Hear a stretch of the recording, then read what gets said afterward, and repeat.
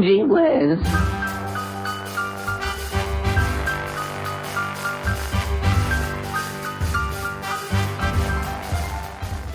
Hello, friends. My name is John Henderson. Welcome to this series of old-time radio show episodes called Gee Whiz. These are stories of the schemes, trials, and loves of the typical American teenagers, Andy Hardy, Archie Andrews, and Henry Aldrich. We're going to start by saying hello to the Aldrich family. In this episode, they mention hats. Now, men's hats in the 1940s were typically tan, brown, blue, or gray fedoras that went with their suits. Everybody wore hats. You'd see hat racks everywhere you went. Much less popular at the time were raccoon coats. Raccoon coats were full-length, big, fuzzy coats that were kind of a fad in the late 1920s. So by this point, they'd kind of gone out of style, and they wouldn't become popular again until the mid-1950s when you would buy them used. So hang up your hat and coat and enjoy the show. Henry Aldrich. Coming, Mother.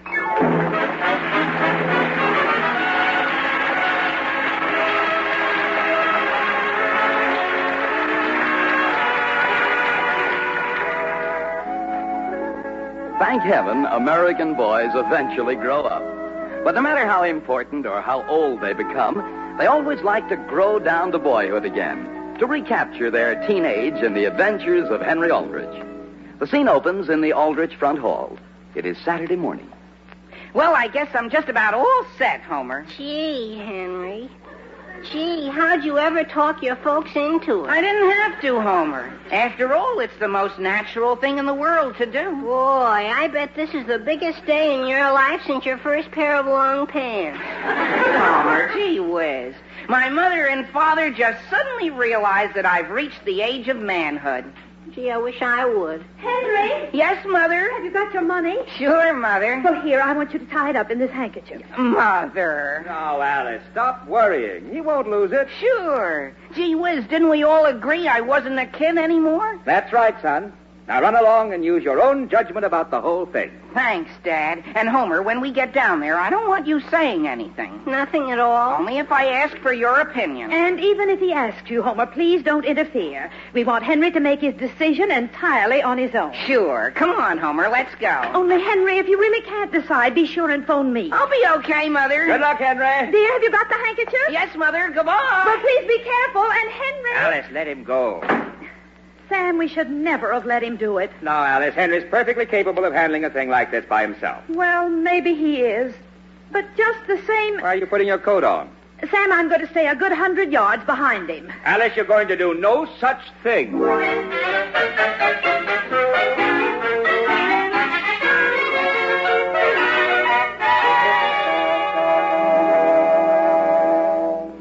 here I am, everybody. How do you like me? Henry Aldrich, of all Oh, things. gee whiz, what's so terrible? Sam, speak to him. I refuse to say a word to him until he takes that thing off his head. You mean you don't like the hat, Father? Why, after you told me I could choose my own? All he needs now is spats and a cane. Henry, I hardly know what to say to you. But, Mother... My goodness, a straw hat. Dear, what on earth possessed you to buy a thing like that? Look, Mother, it's a genuine West Indian straw worth $14.50. And on account of winter coming on, I got it for only $3. Do you suppose any of my friends saw him walking along under that? Mary, Mother said I could pick it out myself. Oh, no, I didn't. Sam, you were the one who decided your son could choose his own clothes from now on. Alice, he's your son as much as he is mine. Look, let me sort of walk away from you, Mother, so you can get a better perspective. What's that? The whole trouble is everybody's just looking at it too closely. Pretend I'm walking down the street, see? Yes? Doesn't the hat begin to look better? Keep on walking, Henry. Sure, you see my point? There. Now it looks fine. But, Father, I'm out in the hall. Precisely. Henry, will you please stop this foolishness and come back here? Mother, won't you please try to look at the overall effect? You always have to make an adjustment when you see a man you're not used to in a hat. Oh, I mean... Henry, let's not waste any more time talking. You'll just have to march straight down to the Emporium and return that hat. Return it? Mother, you don't mean... You're just kidding, aren't you? I've never been more serious in my life. But gee whiz, Mother, I can't. Father, you see my side, don't you? Sam, will you please explain to Henry that you were wrong about the whole thing? As a matter of fact, Alice, I just remembered some work I have to do. Sam! Mother, look, I can't go back. I can't. Henry, it's a perfectly simple matter to walk into a store and say, I've changed my mind about this and I'd like my money back, please. Of course it is, Henry. Oh, boy. My goodness, I do it all the time. But, Mother, the clerk will think that I don't know my own mind. Just tell him your mother refuses to let you wear it. After him calling me sir? Oh, gee. Gee whiz, I can't walk into a store and start talking about my mother as if I was a little boy. Dear, even big boys have mothers. Now, please start. Gee whiz, Mother, I can't. I just can't. Very well. Mary, will you please take Henry by the hand and... Mary, don't you touch me. Then, Henry, are you ready to go by yourself? Mother, listen, won't you please try to look at it this way?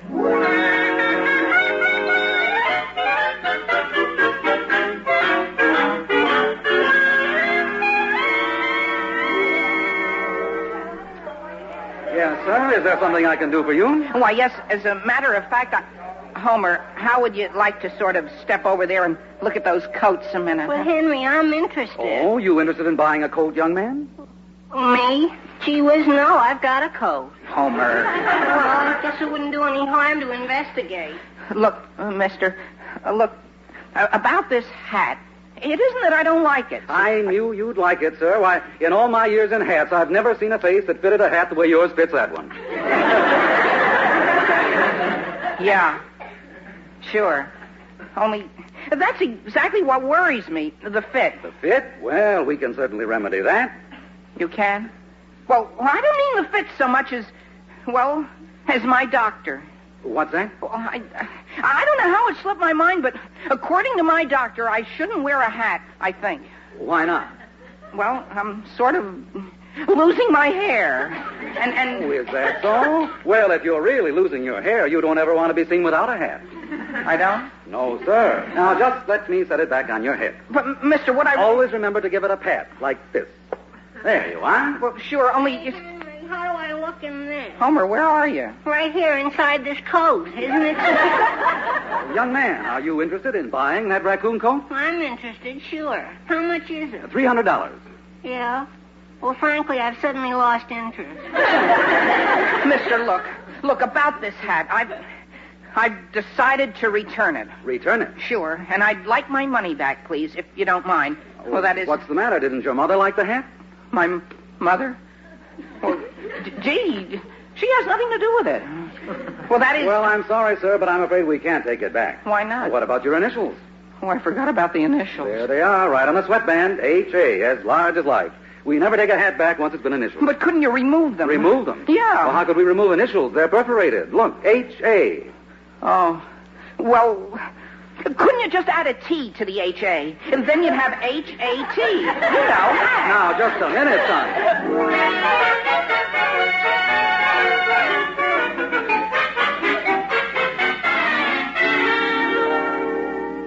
Hello? Hello? Hello. Is this Mr. Harold Acorn? Alcorn, Henry. What's that? I mean Alcorn. Yeah? Who's this? Well, you don't know me. See, I just found your name in the phone book. You did? Sure.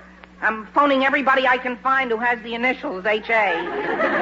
And look, how would you feel about a swell new hat? Yeah?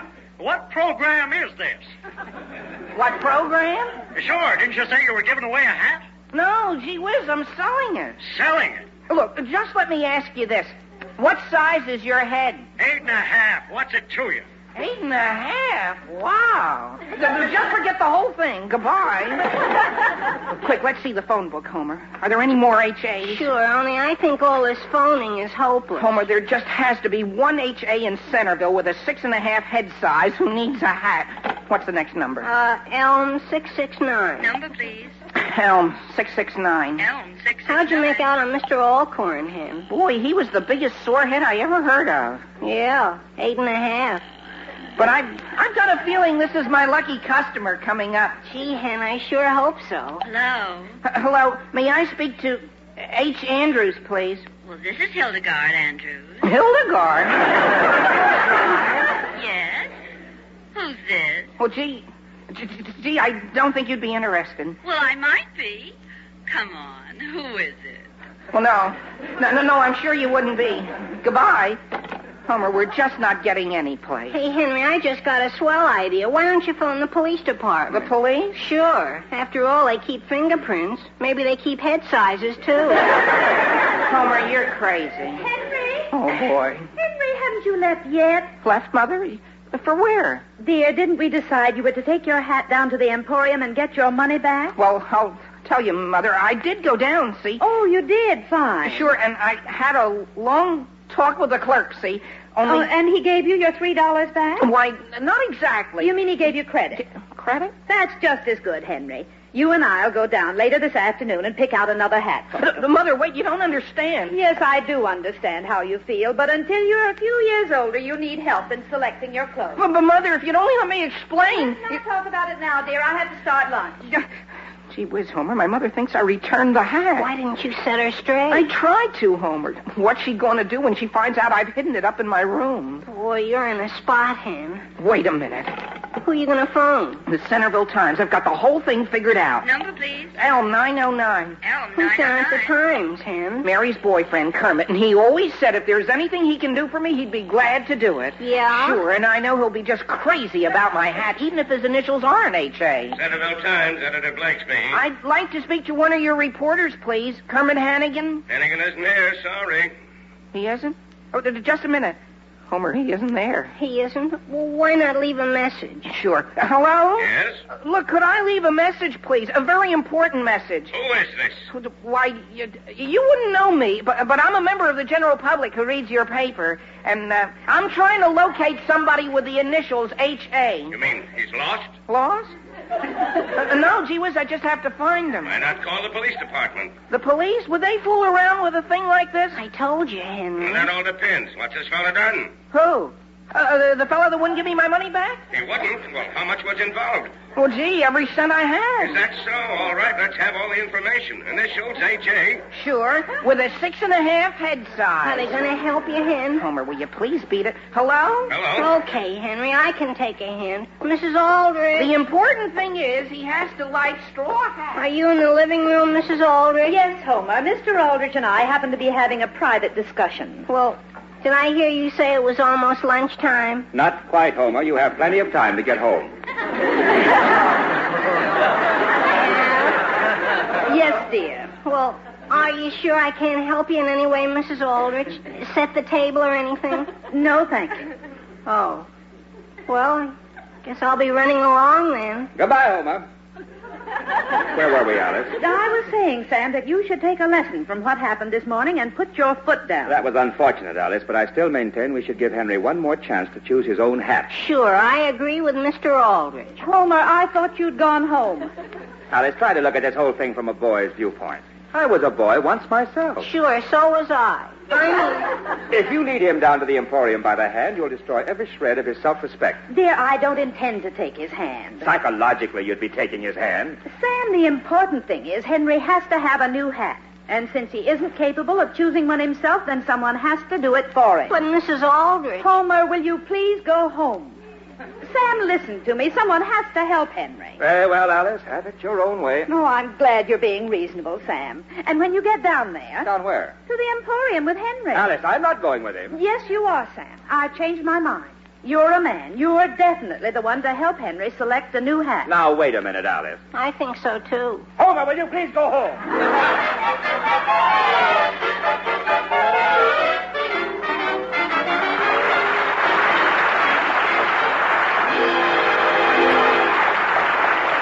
Well, ladies, you'll never be in a predicament when it comes to making a choice if you choose gay, shimmering Jell-O for dessert.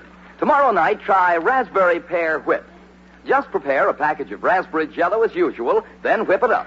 Fold in a cup of luscious pear pulp and chill until firm. All 6 Jell-O flavors, strawberry, raspberry, cherry, orange, lemon, and lime, have that wonderful locked-in goodness that reminds you of the real ripe fruit itself. Ask for Jell-O, America's favorite gelatin dessert.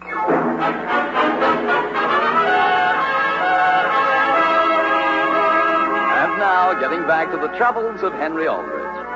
Having been told by his parents that he could choose his new hat himself, Henry came home this morning proudly exhibiting a genuine West Indian straw. And then, ordered to return the hat immediately, he ran into difficulties. Now Henry is searching for someone to whom he can sell the hat. The scene opens in the Centerville police station. It is that afternoon. But, Sergeant, what's this fellow done? I don't know what he's done. All I found out is the Centerville Times is on his trail, and they'd sure like a chance to show us up. You're right. Now, here's all I know about him. His initials are H.A., and his head size is 6.5. His head size, that's a new one. Yes, and from what I can gather, the main clue is a straw hat. Now, if you find that, we'll be on the right track. Okay, I'll start checking hat stores and cleaners. Yes, and if you run into anyone from the newspapers, don't let on we don't know anything, but try to find out who it is we're looking for.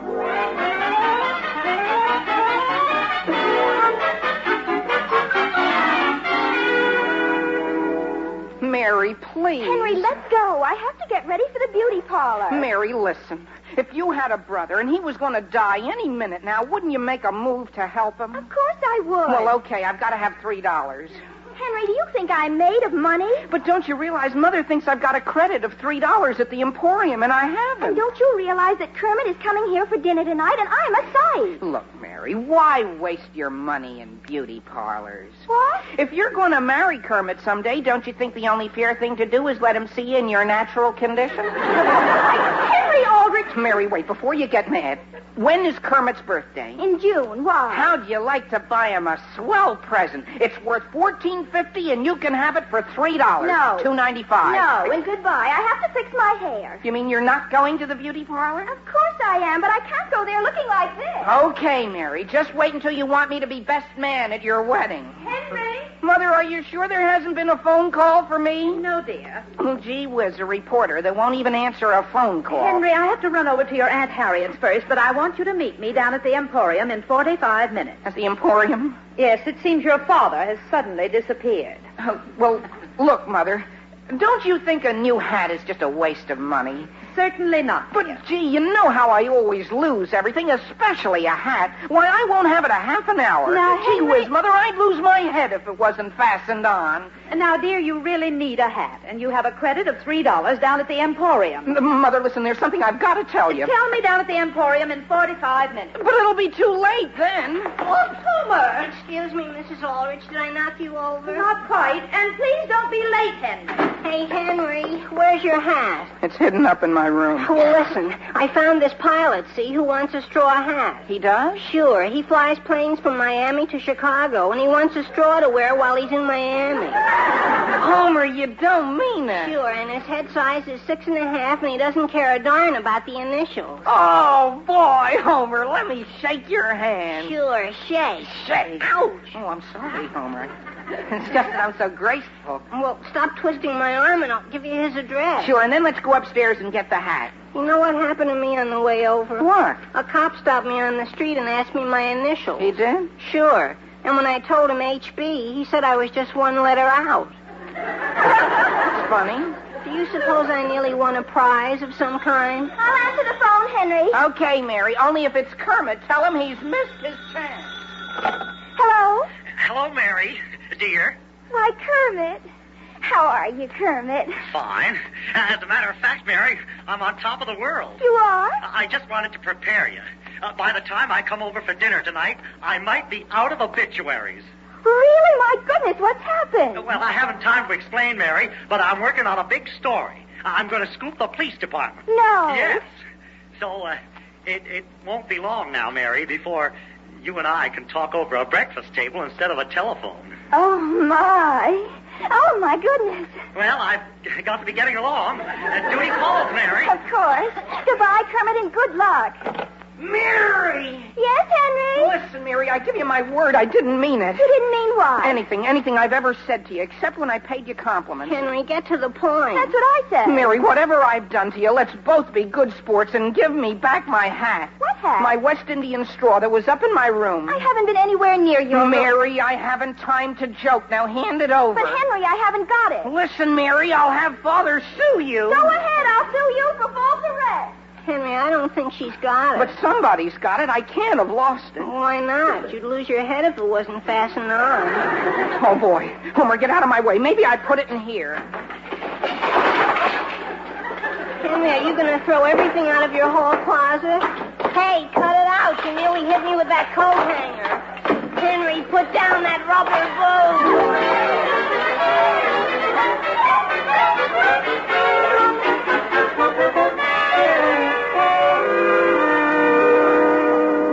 Well, yes, sir. We clean and block hats. Well, what I want to know is, do you stretch them? Why, sure. Well, you see this straw hat? It's a 6.5. It belongs to my son. And if it's possible, I'd like it stretched so it would fit me. Well, may I see the hat, please? Yes, certainly. Oh, it's a very fine hat. Yes, genuine West Indian straw. My, your son has good taste. You think so? Mm-hmm. To tell you the truth, I agree with you. I'm surprised he'd want to part with it. Well, he isn't anxious to, but his mother, that is... I understand what you mean. I'm a married man myself. It isn't that mothers mean to be unreasonable. It's just that, through no fault of their own, they're women. That's quite true. So I'd like to help my son out and buy this hat from him. Initials H.A., huh? Now, do you think you can stretch it? I'm pretty sure I can, sir. It'll only take about 10 minutes. Good, that's fine. Just make yourself comfortable while I step into the back room. And don't go away.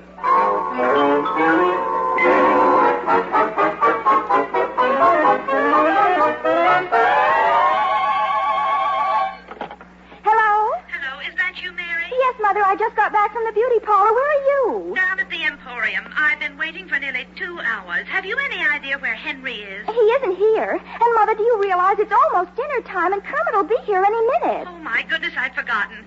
Mary, you better start peeling potatoes and let your father entertain Kermit. But Father isn't here either. He isn't? Well, dear, I'll get a taxi and be home in 5 minutes. All right, Mother, goodbye. Goodbye, dear. Father, where did you come from? Good evening, Mary. My goodness, that straw hat you had... That's Henry. Mary, I don't want to hear this hat mentioned again in this house. Do you understand? Father, you look upset. Is anything wrong? Mary, let me ask you something. Do I look to you like a common criminal? Of course not, Father. You don't look the least bit common. Mary, I've just come from the police station. The police station? What'd you go down there for? I was taken down there in a police car. You were, Father? I was arrested. Really, Father? Really and truly? 1 minute I was sitting quietly in the cleaners thumbing through the Hat Buyers Monthly, and the next minute I was sitting under a bright light answering questions. It seems the cleaner telephoned some eager beaver newspaper reporter, and he sent the police down. But why did they arrest you? How should I know? They didn't even know themselves. Excuse me, Father, I've got to phone Kermit. My goodness, when a prominent lawyer gets arrested, that's news. Mary, put down that phone. But, Father... Put it down. Do you really mean you'd sell your own father down the river just to get Kermit out of obituaries? But, Father, our whole future is involved. So is mine. Yours, Father? Aged as I am, Mary, I have a few good years left. Please answer the phone. Hello? Hello, Mary. This is Kermit. Oh, my goodness, speak of it. Hello, Kermit. Mary, I'm afraid I won't be able to come up for dinner tonight after all. You won't? Why not? No, I'd rather not go into details, Mary, but a case I was working on more or less blew up right in my face. Oh, Kermit, that's a shame. Yeah. Oh, well. Never mind, Kermit. I've got a scoop for you, only you'll have to promise not to print it. What is it? Guess what happened to my father. Mary, I really have to go now. Kermit, aren't you interested? He was arrested. Oh? Arrested? Well, I'm certainly surprised. Arrested? Why, that's terrible. Well, goodbye, Mary. You're hanging up right in the middle of our conversation? And, Kermit, why can't you come to dinner tonight? I've got to cover an obituary. Hello, everybody. I'm home. Look, Mary, could you meet me on the corner? On the corner? Mary, gee whiz, here it is, my straw hat. Wait a minute, Kermit. Henry Aldrich, what on earth have you got on your head? What does it look like, Mary? Mother! Hello, Kermit, listen. Mother, are you in the living room? No, Henry, she isn't home yet. She isn't? Oh, boy. When she gets here, Father, will you help me explain how I got tied up? Hey, wait a minute. Henry, what's that thing on your head? An aviator's helmet, Father. Well, yes, but... See, it has ear flaps and everything. Don't you think it's the most practical type hat for me? Where did you get it? From a pilot friend of Homer's. He sort of traded it to me on trust, see? And now that I found my straw hat, all I have to do is take it over to him. Henry, about that straw hat... Boy, am I lucky he takes 6.5. Yes, well, the hat is now size 7.5. What? Well, how can that be? Never mind, it is. You just have to return that helmet to your pilot. Return it? Oh, no, Father. Henry, let me have a look at you. You, Mary. In the living room, Alice. Oh, boy. Listen, Mother, I can explain everything. Henry, you can explain later. First, I have something to show you all. What is it, Mother? Well, while I was waiting for Henry down at the Emporium, I bought... Here I am, everybody. How do you like me? Mother. Alice. Mother, gee whiz, what is it? Why, dear, it's a hat. A hat? I don't believe it. Mother, a brace of pheasants? Certainly, Mary. Alice, you will march down to the Emporium first thing in the morning and return that... Hat, Father. Return it? But, Sam...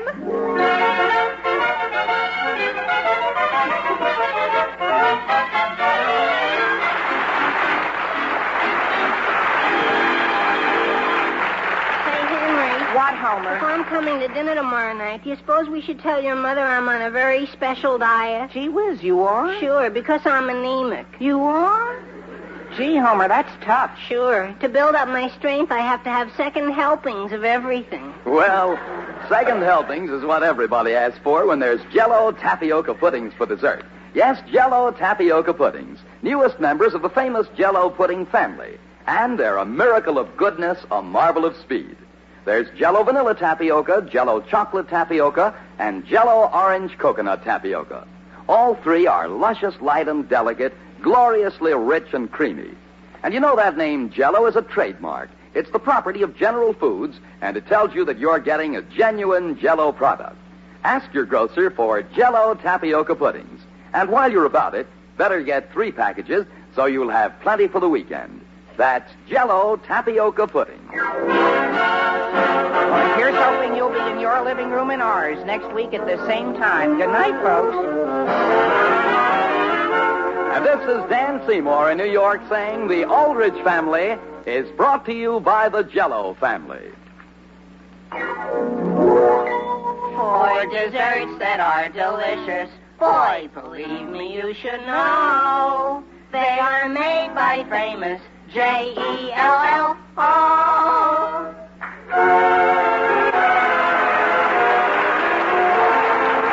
Listen again next Thursday, same time, same station, to another sparkling half hour with the Aldrich family. That was the Aldrich family from 1938, and now, the Archies.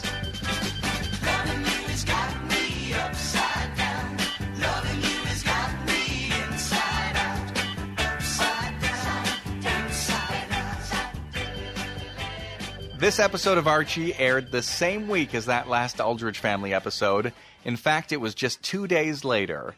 In this episode, they mention another old radio show, a mystery program called The Shadow. Your answer to the shadow.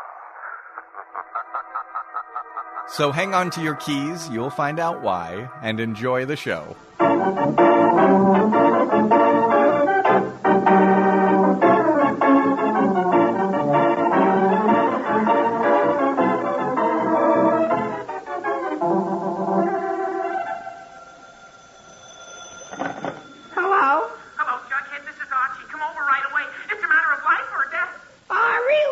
Archie. Relax. Yes, here he is again, the youngster millions of readers of Archie Comics magazine know and love so well, Archie Andrews and all his gang.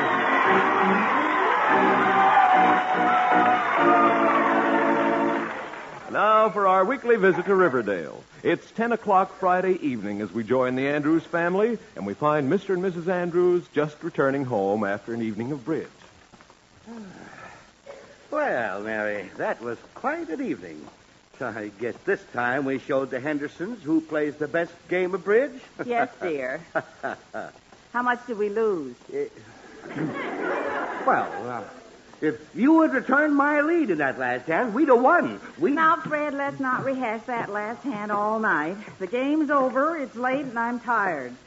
So open the door and let's get to bed. All right, then, all right. Oh, good grief. What's the matter? Oh, nothing, dear, but you better let me have your keys. All right, dear. My keys? My house keys? Yes, dear. I didn't take mine when we went out. But, Fred, my keys are in my purse, and I told you I was leaving my purse home tonight. Mary, what has that got to do with opening the... left your purse?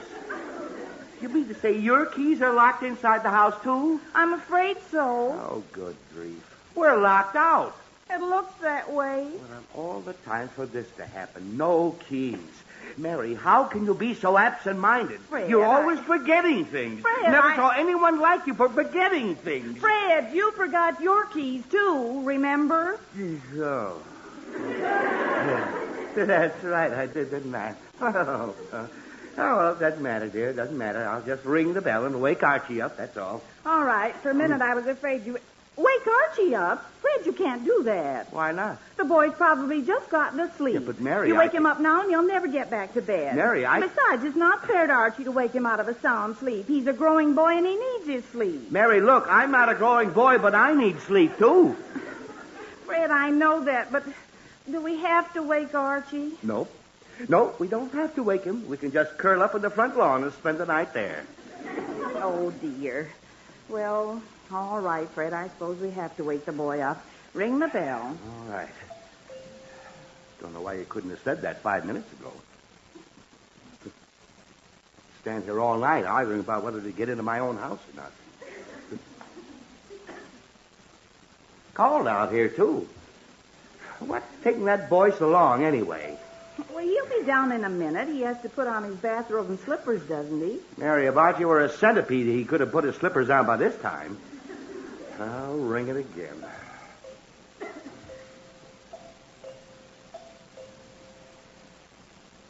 Now what's keeping him? Well, he always was a sound sleeper. Mary, a dead man would have heard the bell by this time. Well, try calling him. Oh, me. All right, dear. I'll call him.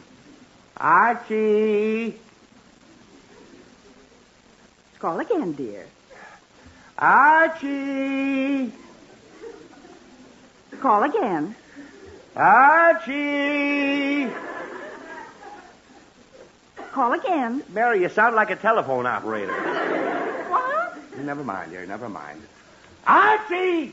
You calling me, Dad? Yes, and it's about time you heard me. About time? Yes. Fred, Mary, I'll handle this. Yes, about time. I rang that bell for an hour. But, Dad, now get down here and open this door. Well, Dad, and hurry up. Well, Dad, I can't stand here all night. Fred, the boy's... Mary, please. But, Fred, I'm trying to tell you, Archie is right there beside you. Mary, I know that, but what difference does it make if he is right here?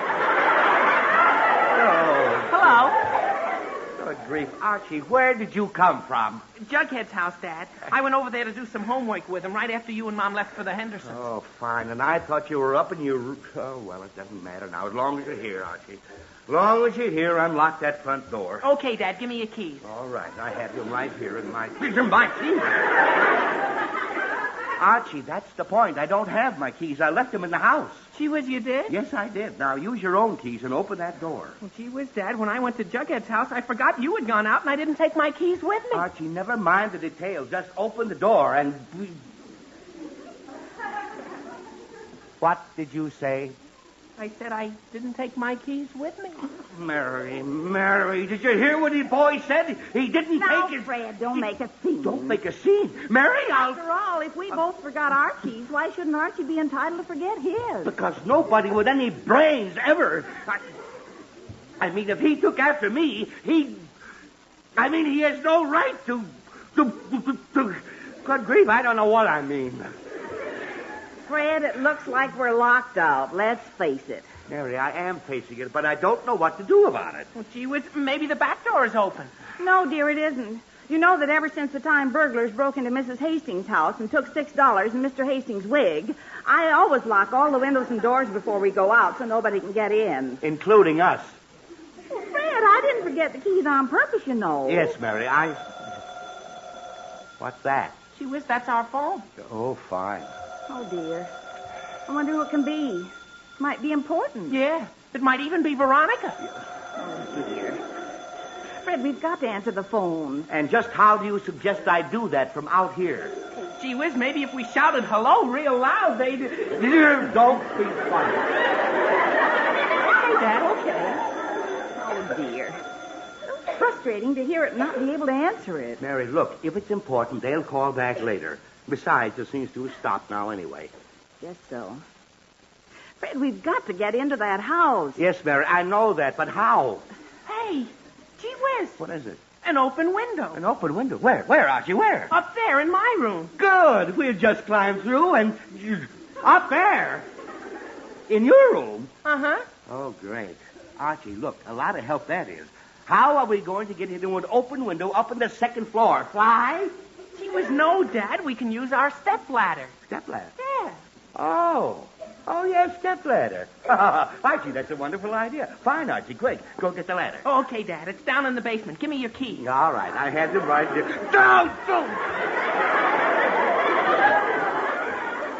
Archie, for the last time, I don't have my keys, so please quit asking for them. Gee whiz, I forgot. Archie, are you sure the ladder's down in the basement? Belongs in the garage. Oh, I'm positive, Mom. I saw it down there just this afternoon. Well, what the dickens is it doing there? Well, you put it there. Oh. Fred, never mind what it's doing there. We can't get it, and that's that. Oh, I guess so. But, Mary, what are we going to do? We can't stand here all night. Gee whiz, Dad, I know. No, what? Well, I can just run next door to Betty's house and borrow their ladder. Their ladder? Sure, Dad. Don't you remember that big extension ladder that Betty's father has? Oh, yes. That's just what we need. Run over and borrow it. Okay, Dad. Be right back. Well, Mary, now we're getting someplace. As soon as Archie gets that ladder, we'll just climb up to that open window up there and get into the house. Yes, sir, it's a good thing I thought of Betty's father's ladder. You thought of it? Fred Andrews, it was Archie who thought of it, not you. Yes, all right, dear, all right. Oh, Archie thought of it. The main thing is that as soon as he gets the ladder, we'll get into the... Jug! Good grief. Jughead. What'd you expect? The shadow?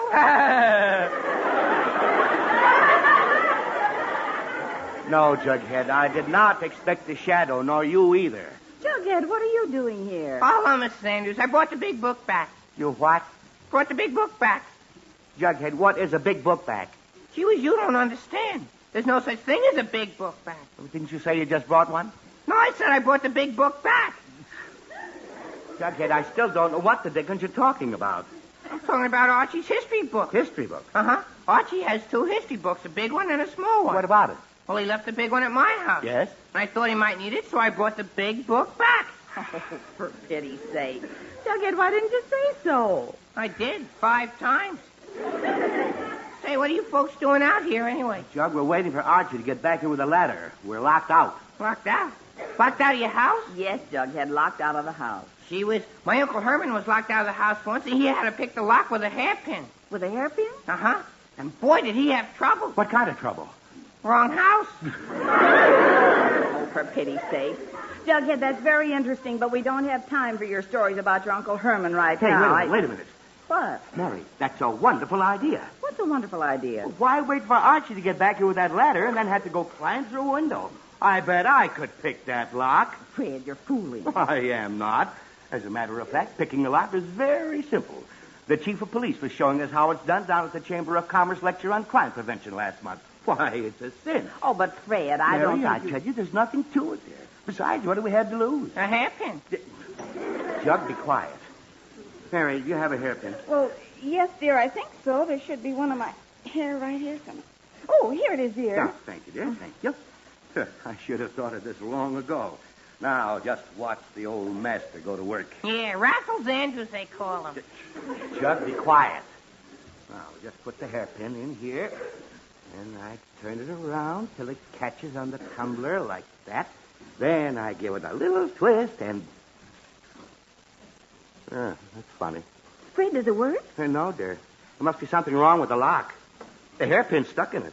You mean you can't get the hairpin out? No, dear, I can't.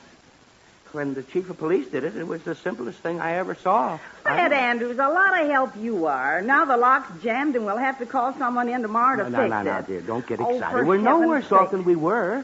We just wait for Archie to bring the ladder. Then after we get into the house, I'll get some pliers and get that hairpin out myself. I don't... Oh, here's Archie. He has the ladder. Yeah, I got the ladder, Dad. But I had to wake Betty's father up, and boy, was he mad. Oh, dear. Was he very mad? No, it doesn't matter, Mary. It doesn't matter. I'll apologize to him in the morning. The main thing is we have the ladder, and now we can get into the house. Okay, Dad. All right, now, then, let's get... Oh, fine. Gee whiz, there goes the phone again. Oh, dear. Fred, it must be something important. Yeah, I bet it's Veronica. Archie, she said she'd call, Archie, and I said I'd be home. And now she'll think I'm out with another girl. What Archie, look! There is no sense standing here moaning about that phone. We can't answer it. Now, the sooner we get that ladder set up, and the sooner we get up to where we're going, we can answer the phone, call Veronica, and see if she's the one who's calling. Yes, Dad. Stop now, anyway. Oh, come on. Get the ladder and... What was that? I don't know. Gee whiz, that sounds like Jughead. Archie, don't be silly. Jughead is right here. Good grief, where is Jughead?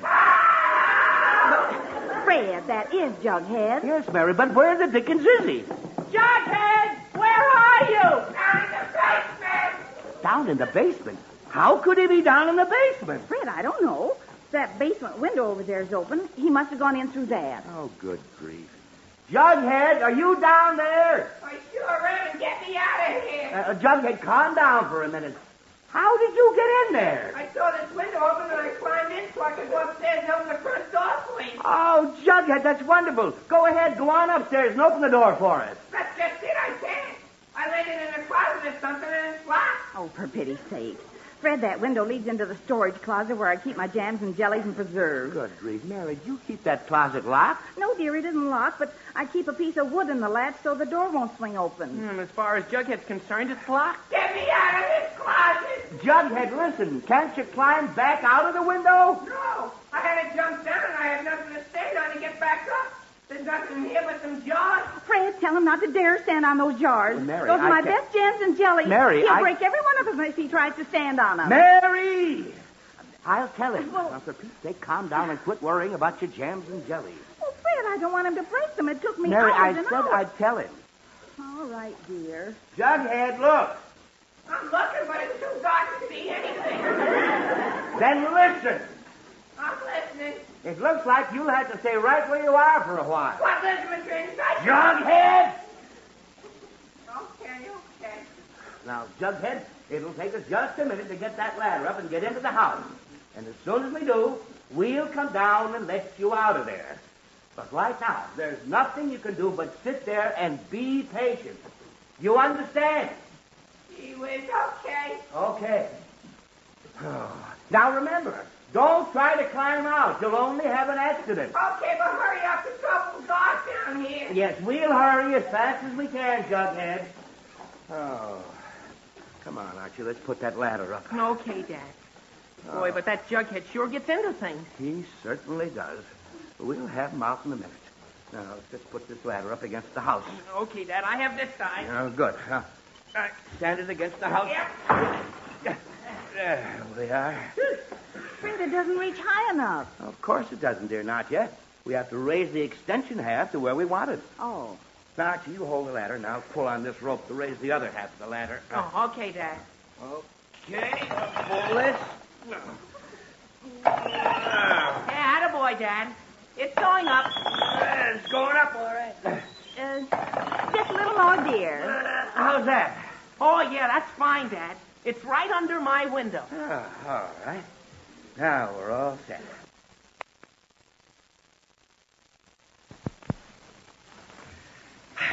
Archie, go up that ladder and climb in. Dad, Huh? don't you dare send Archie up that ladder. Oh, why not? Because it's dangerous, that's why not. He might slip and fall right off the ladder and break a leg.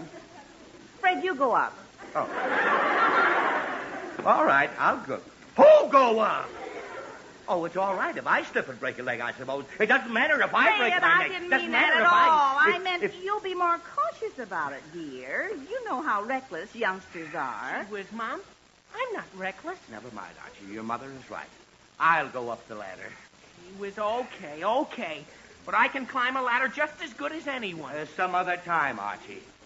Well, here I go. Be careful now, Fred. Yes, I am, dear. I am. Attaboy, Dad. Keep going. Yes, Archie. Careful, Dad. You're coming to the extension now. Careful. I know it, Archie. I know it. Oh, Oh, Dad, you're slipping.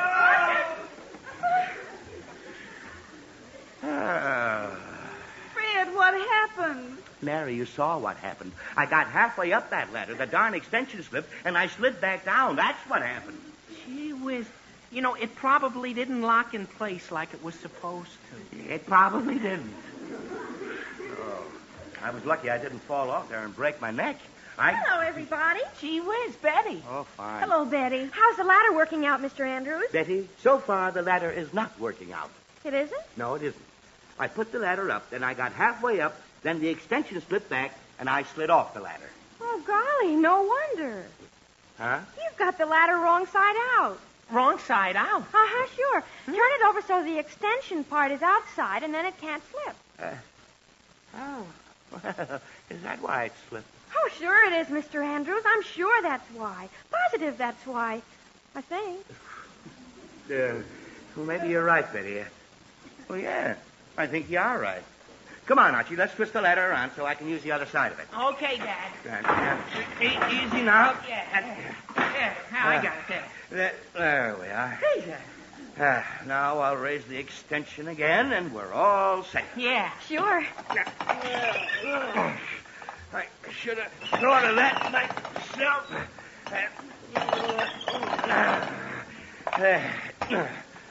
There. Now it's okay. Oh, Fred, be careful. Oh, don't worry, Mrs. Andrews. It'll work all right now. Yes, sir. Can't miss now. After all, a ladder is a simple thing. I'll get up there this time, or my name isn't Fred Andrews.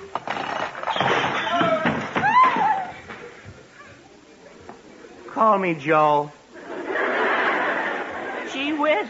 Golly, Fred, did you hurt yourself? Mary, I didn't do myself any good. Oh, my back. Oh, golly, I'm sorry, Mr. Andrews. I guess the other way was right in the first place. Right in the first place. Betty, Fred, don't make a scene. Don't make a scene. I fall off a ladder and nearly killed myself because Betty tells me to turn it over, and you tell me not to make a scene. Mary, Fred, arguing about it won't do any good. If you don't know how to use that ladder, don't use it. But we've got to get into the house. All right, dear, all right. But if we're going to get into that house, Mary, we'll have to find some other way of doing it. Oh, great. Golly, what's that? Jughead. He's in the basement. Oh, dear. Fred, we better see what's the matter. Jughead sounds like he's in trouble. Oh, dear. Jughead, what is it? Oh, Jughead, I'm right here. What's the matter? Jughead, I said I'm right here. What's the matter? There's a mouse in here. Oh, great. A mouse. Jughead, you mean to say you made all that noise because there's a little mouse in there? Yeah, I'm afraid of mice in the dark. Oh, fine. Jughead, look. If there is a mouse in there, believe me, he's more afraid of you than you are of him. Yeah, but he knows how to get out of here, and I don't. Well, then you may be sure he's gone by now, so just be quiet. Okay, but when do I get out of here? As soon as we get into the house, just be patient. Gee whiz, okay, but hurry up. Yes, Jughead. Oh, that Jughead. Mary, I tell you, that boy is Fred, not right. never mind There's Jughead something now. wrong. We still have to get into the house. It's getting late. Mary, don't you think I want to get into that house as much as you do? Yes, dear. But do something about it. I'm trying to, dear. I'm trying. Oh, no. Gee whiz, the phone again. Golly, and you can't answer it, can you? No, we can't answer it. I don't want to hear any more moaning about how important the call probably is. Just let the darn thing ring and ignore it. Yeah, Dad. But whoever it is sure keeps calling back. Archie, it may be 3 different people who have called. Or it may even be 3 wrong numbers for all we know. Let's just forget the darn thing. Okay, Dad, okay. Stop anyway again. Now, does anybody have any ideas of how we're going to get into this house? Mr. Andrews? Yes? I just noticed something on the ladder. Betty, I don't want to hear any more about that ladder. It is a menace to life and limb, and I'm not going up on it again for $1 million. Okay, Mr. Andrews, but I'm just curious about whether you locked it.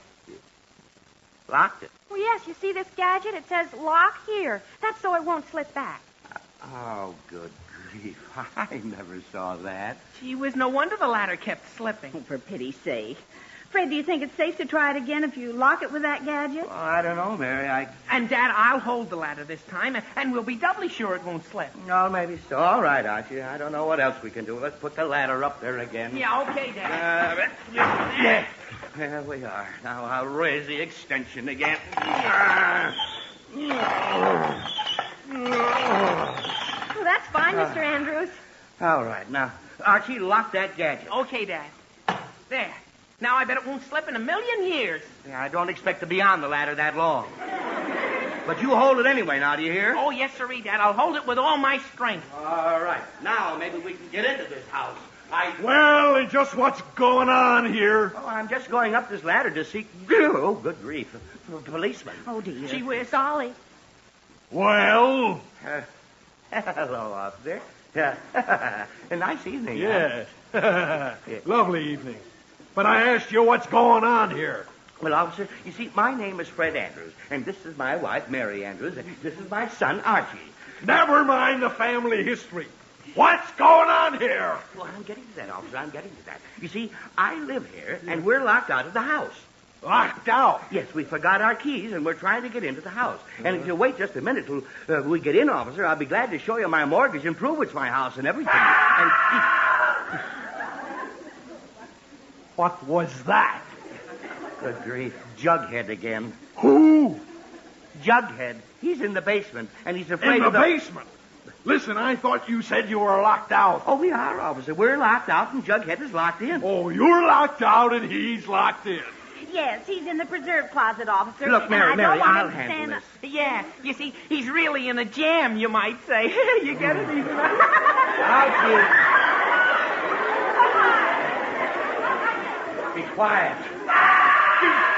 Jughead, what's the matter now? It's that mouse again. Jughead, I told you not to be afraid of one little mouse. I'm not, but I think he's brought his friends. Look, Jughead, be quiet for just a minute. We're having a little trouble here. Okay. Oh, that boy. Now, officer, I can explain the whole thing. My wife and I went out to play some bridge. Wait a minute. I'm not interested in any stories. I want to see proof that you own this house. And I want to see whoever it is you've got locked in that basement. Oh, we don't have him locked in there. Never mind. You just go ahead and get into that house, and then we'll get this thing straightened out. Oh, all right, officer. I will right now. Archie, hold this ladder. Oh, okay, Dad. Okay, I got it. Be sure you hold it good and strong. Come on now. Quit stalling. I don't have all night. Yes, officer. I am. Well, Archie, hold the ladder now. Okay, Dad, I am. Get up there. Hold the ladder, Archie. My goodness, what's going on here? Veronica. Gee whiz, Veronica. Hold the ladder, Archie. Hello, Archie.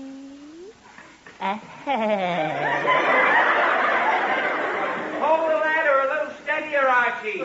Hi, y'all, Archiekins.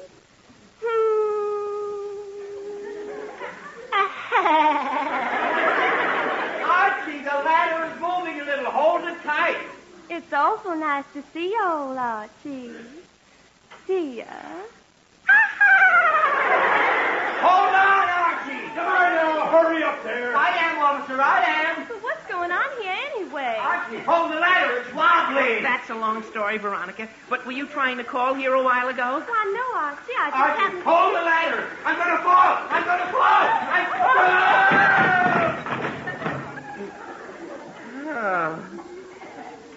Well, that was a softer landing than I expected. Get off my chest! Oh, Fred, you landed right on the policeman. Well, Mary, what happened? Archie, if you... My goodness, how do you know you were on that ladder, Miss Andrews? Veronica, please. Get off my chest! Yes, officer, yes, I'm very sorry. Terribly sorry. Never mind the apologies. Just get off my chest! Yes, officer. Archie, give me a hand. Here, Dad. Thank you. Now, officer, What's going on? Jughead, how'd you get out? I piled up a bunch of jars and climbed out. Jars, my precious preserved jars. Jughead, did you break any of those jars? My shoes weren't always strawberry colored. Strawberry colored? My strawberry jam! Mary, My best jam ruined! Mary, please. Where was Jughead anyway? Veronica, in the basement. Archie, Just a minute here. Officer, Oh, golly, what a mess up. please. Why am I Look, Mary, Quiet.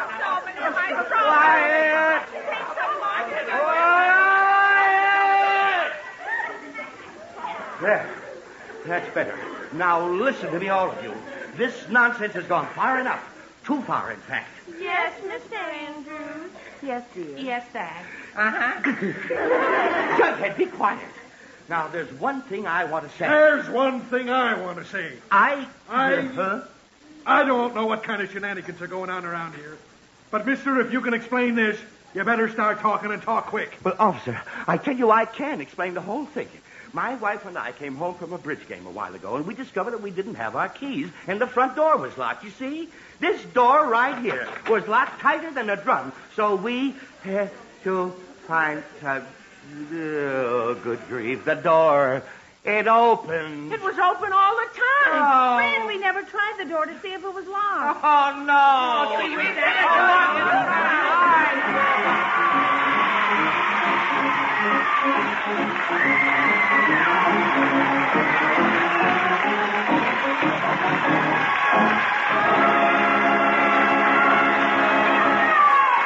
Well, Archie will be back in just a moment.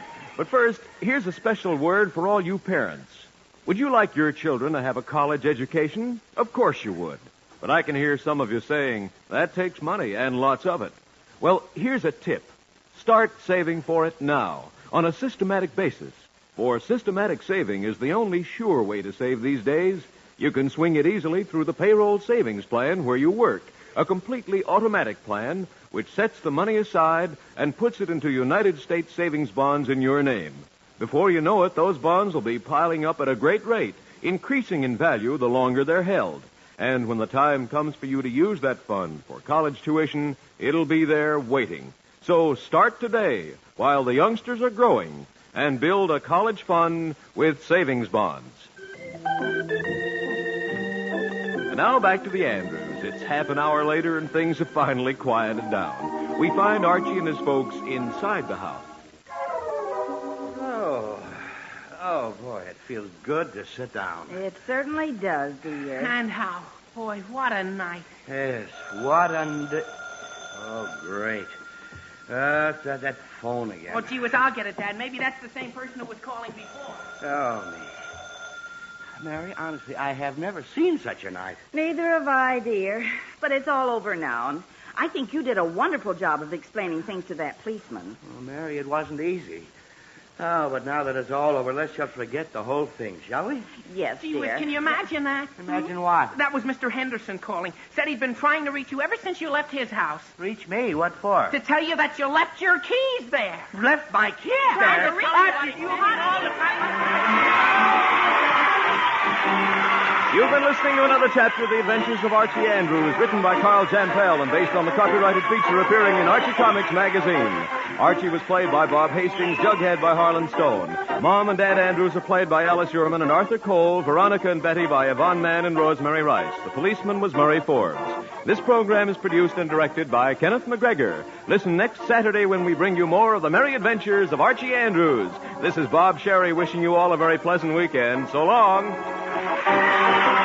Stay tuned for Meet the Meeks, which will be heard immediately over most of these stations. That was Archie from 1948, and now The Aldrich Family from 1952. In fact, this episode aired 2 days before the presidential election. It was Republican candidate Dwight D. Eisenhower versus Democratic candidate Adlai Stevenson. NBC employed a computing machine called the Monrobot to predict the winner, and it did correctly, Eisenhower. Who would have thought in the decades to follow that computers would become smaller and become such a prevalent part of our lives, to the point where we have an endless library at our fingertips at all time. You can literally pull out your phone and read the entire works of Mark Twain with no late fees. Well, this episode of The Aldrich Family is from November 2nd, 1952. In just a moment, enjoy The Aldrich Family. But first, Election Day is almost here. Studio 8H here is a place of feverish activity for NBC's combined radio and TV coverage of the biggest political event in 20 years.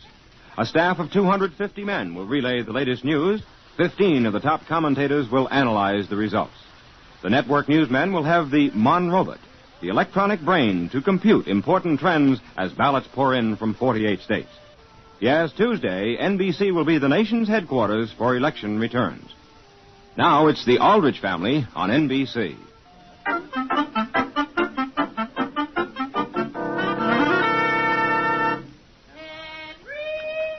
Henry Aldrich. Coming, Mother.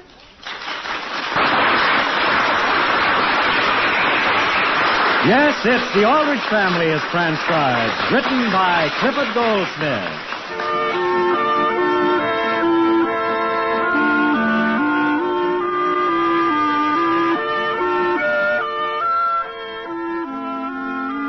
Even though everyone knows him because he lives in your house or next door or somewhere in your memories, no one has yet been able to define the typical teenage American boy.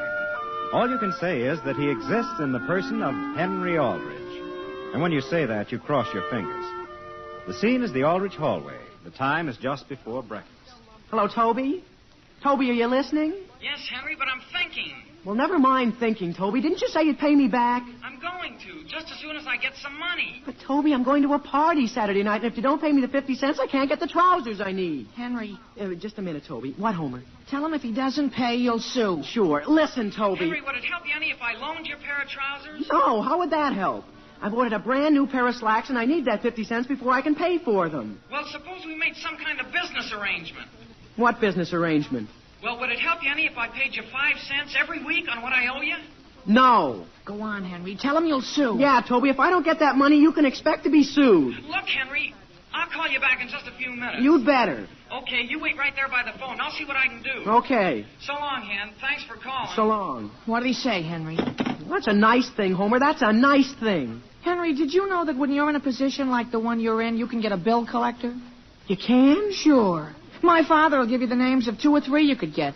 Henry? Yes, Father? I just put a letter for you on the living room table. Well, gee whiz, who's it from? I didn't notice. Homer, come on into the living room. Why don't you get a collector and scare the daylights out of Toby? I'd certainly like to. Henry, your breakfast is getting cold. I'll be right there, Mother. You asked for 3 eggs, you know. Yes, Mother. I'm practically starved this morning. Is your letter from a girl, Henry? Oh, gee whiz. Well, who's it from, Henry? Oh, gee whiz. Well, what does the letter say? Oh, boy. Is it bad news, Hen? Will you please stop breathing on me? But who's the letter from, Henry? The public library. Oh, the library. They want you to join? Well, not exactly. I borrowed a book there, see, and now suddenly it's overdue. Well, when did you take it out? Sometime last December, they say. Gee whiz, Homer, I think they made a mistake. I could almost swear it wasn't until last January. Are you sure? Sure, I'm sure. I remember distinctly that in December I didn't feel like reading on account of Christmas. Oh, boy. And they charge 2 cents a day. January, February, March.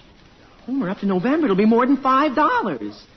$5 just for one copy of Huckleberry Finn that I didn't even read. Well, why didn't you return it after 2 weeks? I told you I hadn't finished it. That's what I get for trying to improve my mind. $5? How much do you have? Well, just enough to pay for my slacks, provided Toby pays what he owes me. Then forget about the book. The thing for you to do, Henry, is to crack down on Toby. But what about the library book? All the public library will ever do is send you letters. And what harm can that do? You really think so, Homer? Sure. They can't afford to get too tough. They don't want to lose you as a customer. Henry? After all, they hardly ever go as far as they did with George Bigelow. What did they do to George? They called in his mother and father and went to see the principal. Oh, boy. Henry, I want you to come in here and eat your breakfast. Mother, I don't think I want any breakfast. What's the matter? I couldn't eat a thing.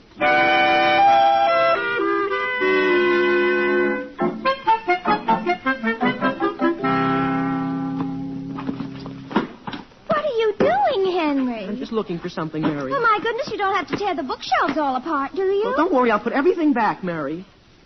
Has any phone call come for me this morning? Not that I know of. Well, isn't that strange?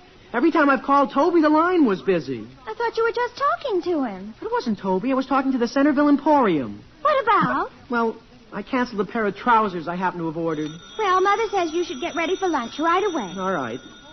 Mary, do you know Miss Spofford? Miss Spofford? At the library. Oh, my goodness, Miss Spofford. She scares me. Henry, she has the most terrible temper. Is that right? Henry, you wanted on the telephone. Well, gee whiz, it's about time. Henry, don't let your lunch get cold. I'm going to tell that Toby a thing or two. Hello? Now listen, Toby. Is this Mr. Henry Aldrich?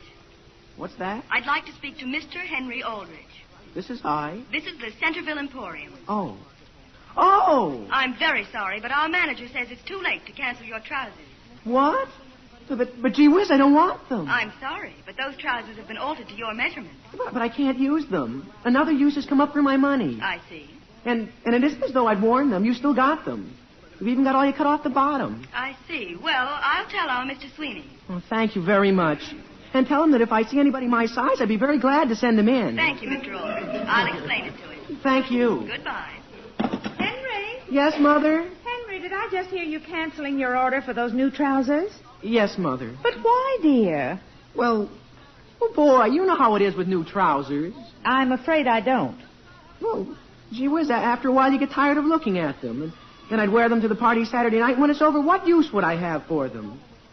You know what I mean, Mother? No, dear, but I'm sure you're being very sensible. Now, please run up and get ready for lunch.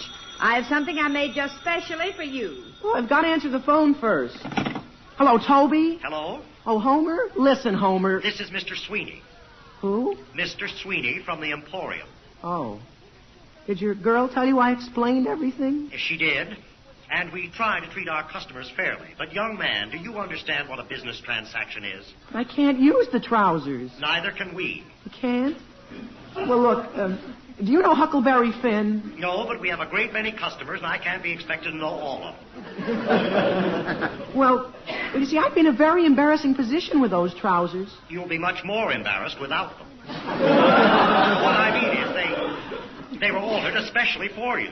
Will you please call for them? Didn't I make it clear I can't use them? Why not? Well, I'm not very fond of light blue. Would you please ask your father to come to the phone? My father? Your father. Well, he isn't here right now. Then may I speak to your mother? Well, look, come to think of it, I am fond of light blue. I'll be down to get them. And when can we expect to see you? Would tomorrow be too late? That'll be fine. Thank you, sir. That's all right. Goodbye. Goodbye. Henry, who was that? I think it was the Emporium. Listen, Mary, could you loan me a few dollars, provided I pay it back a little each week? What's the matter with your own money? Well, it's all tied up.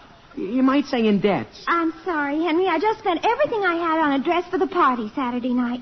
It's the most beautiful blue. Yeah? They call it huckleberry blue. Huckle? Huckle? Yes. Are you ready for lunch, children? Right away, Mother. How about you, Henry? Well, gee, Mother, I'm sorry, but I couldn't eat a thing.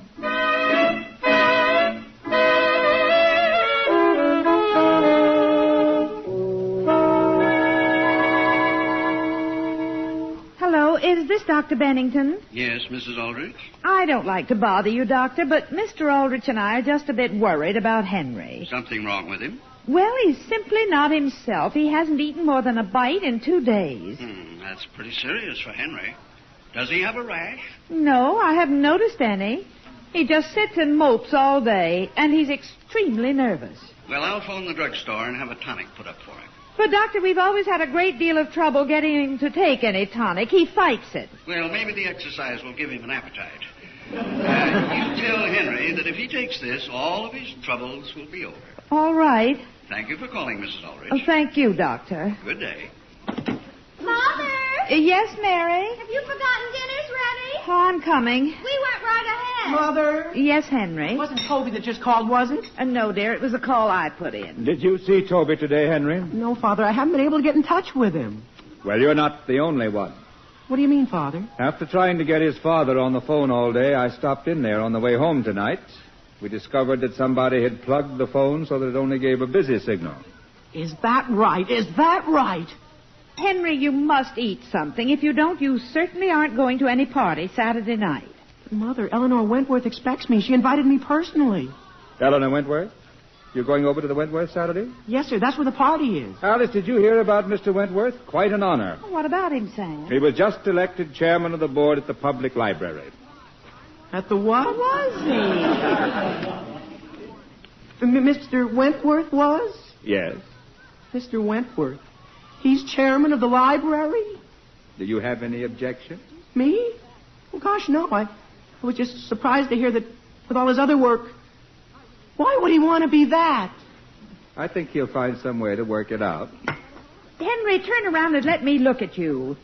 Something the matter with me? Sam, don't you think we ought to have the doctor come over and see Henry? If you think it'll amuse him. Dear, I'm serious. Now, Mother, if there's one thing I don't want to see, it's a doctor. Well, I certainly think we ought to drop into his office tomorrow. Tomorrow? But I have a job that I'm beginning tomorrow. With whom? With Mrs. Hoffman. Gee whiz, just to prove I'm all right, I'll eat some dessert for you. Mary, how about the dessert? I'll bring it right in, Father. Well, please hurry. I have a guest coming. And Mary? Yes, Mother? I want you to give Henry an extra large portion. Sure. What are we having? Huckleberries. Huckleberries. Good old huckleberries. Huckle? That reminds me, Henry, have you ever read Huckleberry Finn? Well, If you haven't, you ought to get it out of the library sometime. Yes, sir.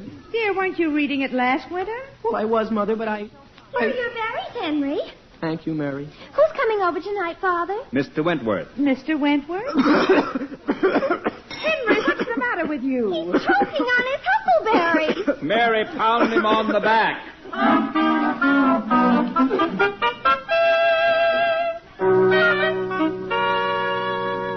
Well, I'm certainly glad you dropped in, Mr. Wentworth. Sorry I can't stay any longer. And you can count on Mrs. Aldrich and me to do everything we can for the library. It's very good of you, Mr. Aldrich. Incidentally, if you want to raise more funds, why not get some of the young people interested? You think they'd help? Well, of course. Let's get Henry down here. He's usually pretty good at organizing things. Henry! Oh, Henry! Strange. He was here right after dinner. Well, ask him to drop into my office someday. I'd like to have a talk with him. All right, I'll do that. Glad you dropped in.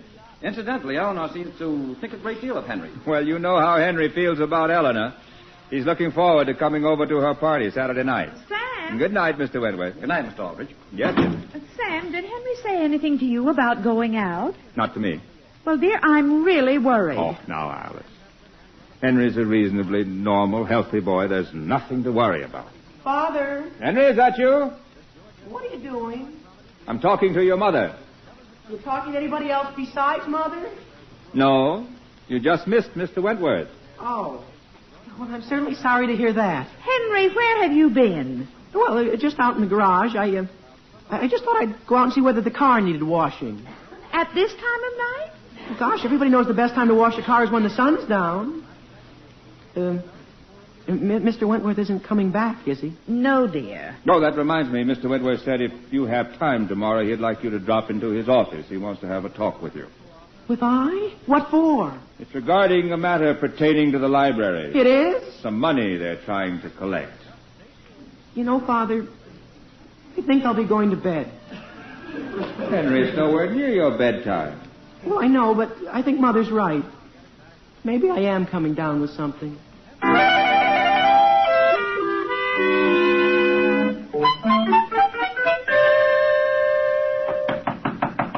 Yes? Someone at the door? It's Henry Aldrich, Mrs. Hoffman. I'm reporting for work.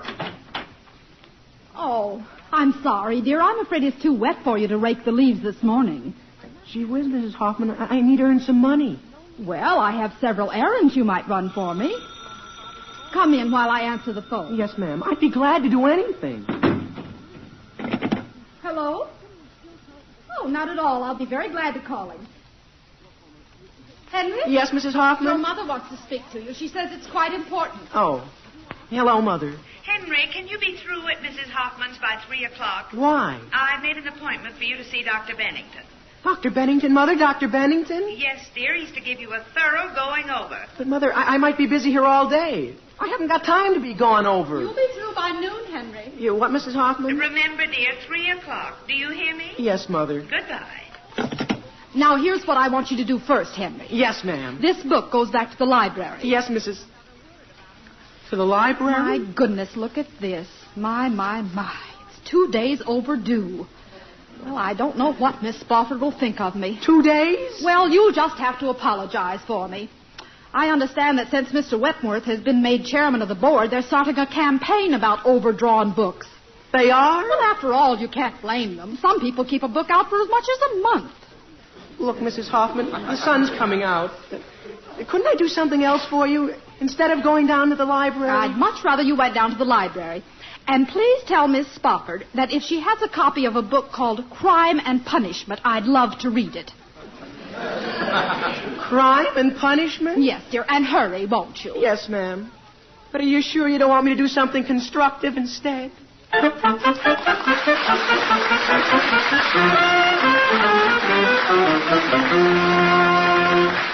We'll return to the Aldrich family in just a moment. But right now, I'd like to give you some inside information on the NBC shows to be heard over most of these same stations later this evening. First off, we're all going to go over to the Harris Fay household to visit with that suave, sophisticated Phil Harris and his long-suffering wife, Alice. And then we go from the laughable to the supernatural for Theater Guild on the Air, which brings you John Patrick's comedy, Lo and Behold. Your stars this week will be Ann Blythe, Basil Rathbone, and Jeffrey Lynn. With the elections coming up, NBC's coverage makes it the nation's headquarters for election news.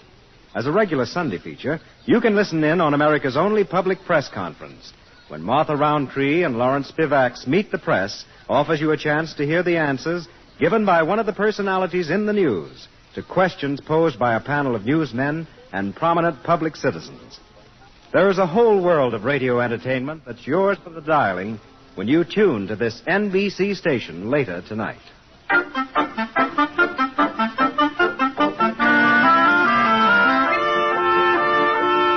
Now getting back to the troubles of Henry Aldrich. Henry has just been notified that he's neglected to return a library book which he drew out last December, which he is now unable to find. Well, hoping to earn enough to pay part of the fine, he takes a job with Mrs. Hoffman, whose first request is that Henry return a book of her own to the library. The scene opens in DeHaven's drugstore. The time is a half hour later.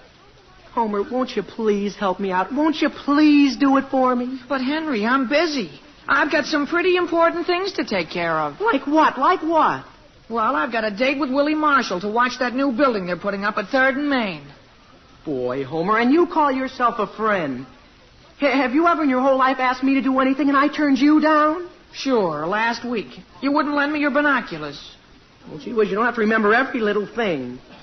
I thought we were friends. We are friends, Henry. Well, if you can't do a simple little thing like going to the library and returning a book and maybe getting another... All right, I'll do it. Homer, you'll never regret it. Where'll I meet you? Right here in the drugstore, by this telephone booth. I'll be calling Eleanor while I'm waiting for you. Why are you calling Eleanor? I'm taking her to the movies tonight. I think it'd be better if I met her someplace besides her house. Oh. Here, Homer, all you have to do is give this book to Miss Spofford and apologize for Mrs. Hoffman's keeping it over 2 daes. Shall I tell her you'll bring in Huckleberry Finn as soon as you find it? No, Homer. Don't worry her about that. Just give her this and ask her for what? Well, I think the name of it is Crime Doesn't Pay.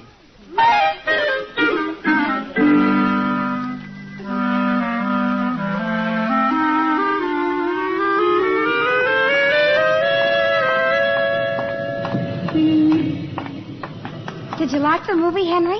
Well, I didn't care for it so much, Eleanor. Oh, I did.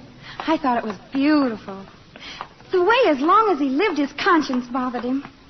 Did you like that part? And all he'd stolen when he was a boy was an ordinary bottle of milk. My, but didn't he suffer, though? Well, I guess the suffering was pretty evenly divided. Now, listen, Eleanor, would you mind walking up this street toward Homer's house? What for? Well, I waited at DeHaven's drugstore for nearly 3 hours today, and he never did show up. No, I'll bet you wouldn't do a thing like that to a person. Who, me? That's the first impression a person gets of you. That you're dependable and reliable. Oh, gee, I don't... Well, you take a person that... Well... What, Henry? Well, what I was going to say is, you take sometimes... Though I guess a person can't help it. Help what? Anything. You're awfully understanding of others, Henry.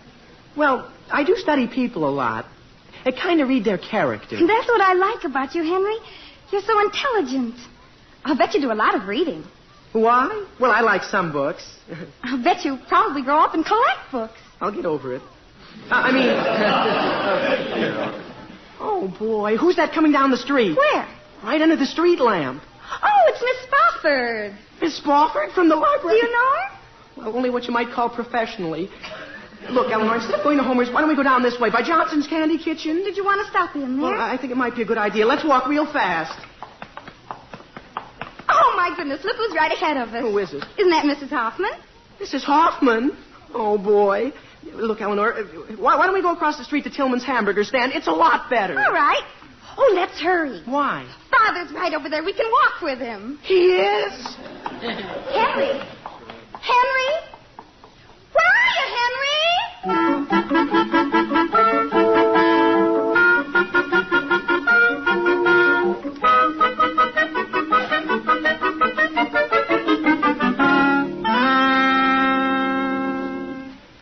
did he say, Alice? Sam, the doctor doesn't seem to know what the trouble is. No. There wasn't anything wrong with his eyes, and the dentist x-rayed every tooth in his head. Well, that should put your mind at ease. No, dear, it doesn't. Dr. Bennington says sometimes something very mysterious can happen to a boy. And no matter how hard they try, they can't find what's wrong. He simply goes into a complete decline. And when a thing like that happens, Sam, he says there's only one safe thing to do. What's that? Take a trip to Arizona. All right, I'll take it. No! Henry!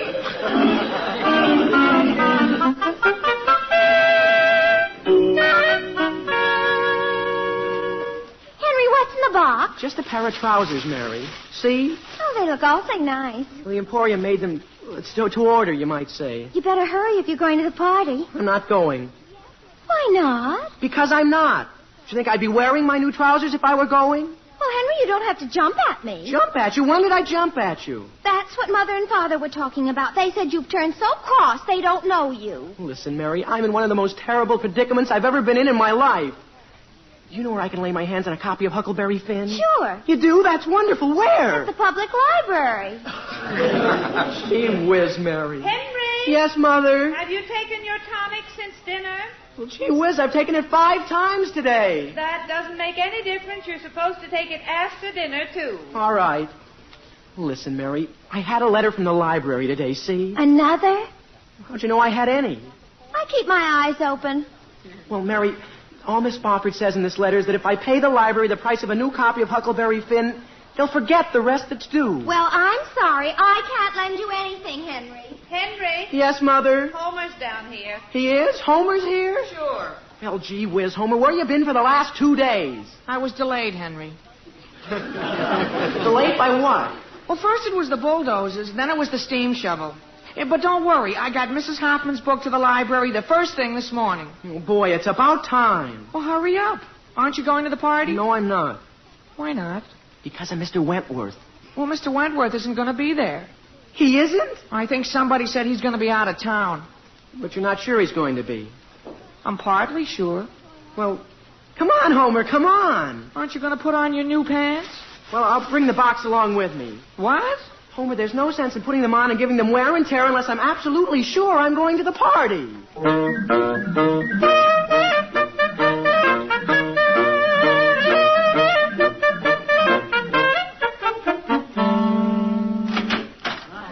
Henry, what are you doing out here on the porch? Hello, Eleanor. Hello, Homer. Hi. Come on in. Eleanor, we won't be disturbing your father, will we? Oh, no, he isn't even in town. He isn't? Well, gee, Eleanor, that's too bad. Didn't I tell you, Henry? Let's go in. Come on, Henry. Okay. There isn't anyone here but our crowd and a few others and Miss Spofford. Miss Spofford? Yes, you know her, don't you? Oh, yes. Sure, Miss Spofford, from the library. Eleanor, I just happened to remember. What? Well, my mother's home, all alone. She is, Henry? Oh, well, why don't you ask her to come over? No, I think I better go home. Oh, Henry, you can certainly come in for just a while. Well, gee, I'd like to, Eleanor, but when my mother's alone, she likes to have me with her. Oh, just stay for one game. In just a minute, we're going to play a literary game. A literary game? A literary game? Yes. I just happen to think my mother's alone, too. Oh, but it's the easiest thing in the world. Miss Spofford asks the questions, and you answer. And there are prizes. Well, I just couldn't enjoy winning a prize. Not with my mother home alone. Please, Henry. No. Henry, I'm not going to let you go. You're coming in if I have to pull you in. Please, Eleanor. Hey, Henry, let go of me. If I'm going in, you are, too.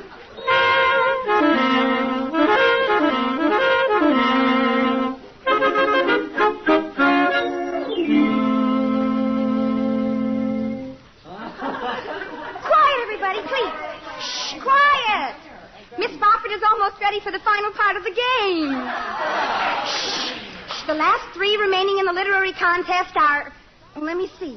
Who are they, Miss Spofford? They're Toby Smith. Toby Smith? Homer Brown. Homer Brown. And now let me see, who is the third? Oh, isn't it Henry? Oh, yes, Henry Aldrich. Now, all 3 of you boys will stand in the middle of the room facing me. Yes, ma'am. Yes, ma'am. Yes, ma'am. In each of these packages is a prize. Yes, ma'am. Yes, ma'am. Miss Spofford, can anyone take my place? I'm very sorry, Henry, but you will have to take your own turn in answering. Now then, Toby, in order to win what's in this box I hold, you will have to answer a question. Yes, ma'am.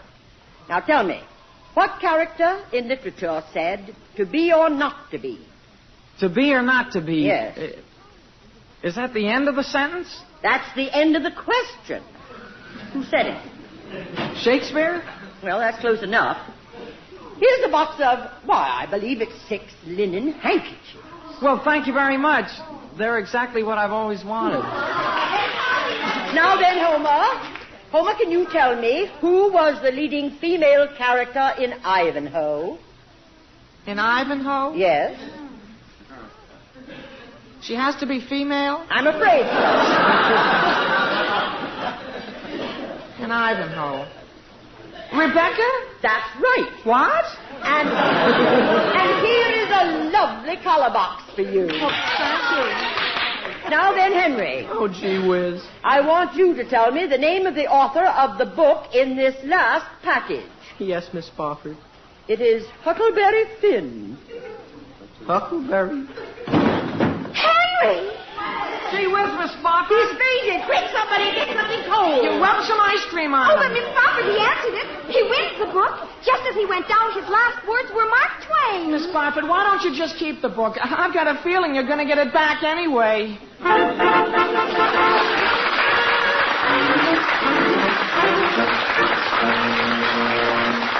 Loyal Americans have always stood behind our fighting forces through all the years of our country's history.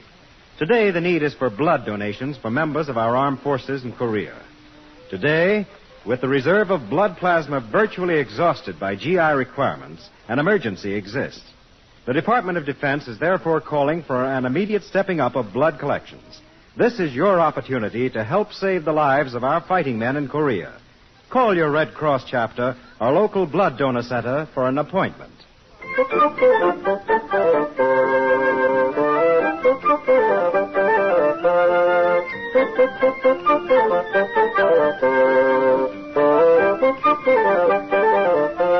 The Aldrich Family is transcribed as written by Clifford Goldsmith. Henry is played by Bobby Ellis and Homer by Jack Grimes. Mr. and Mrs. Aldrich are House Jameson and Catherine Roth. Your announcer is Dick Dudley.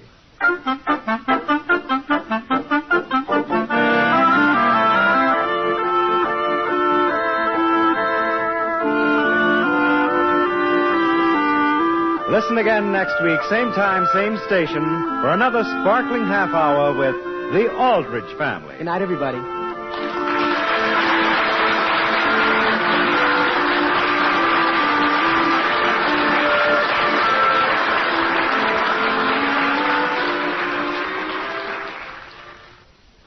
This is NBC, the nation's headquarters for election news.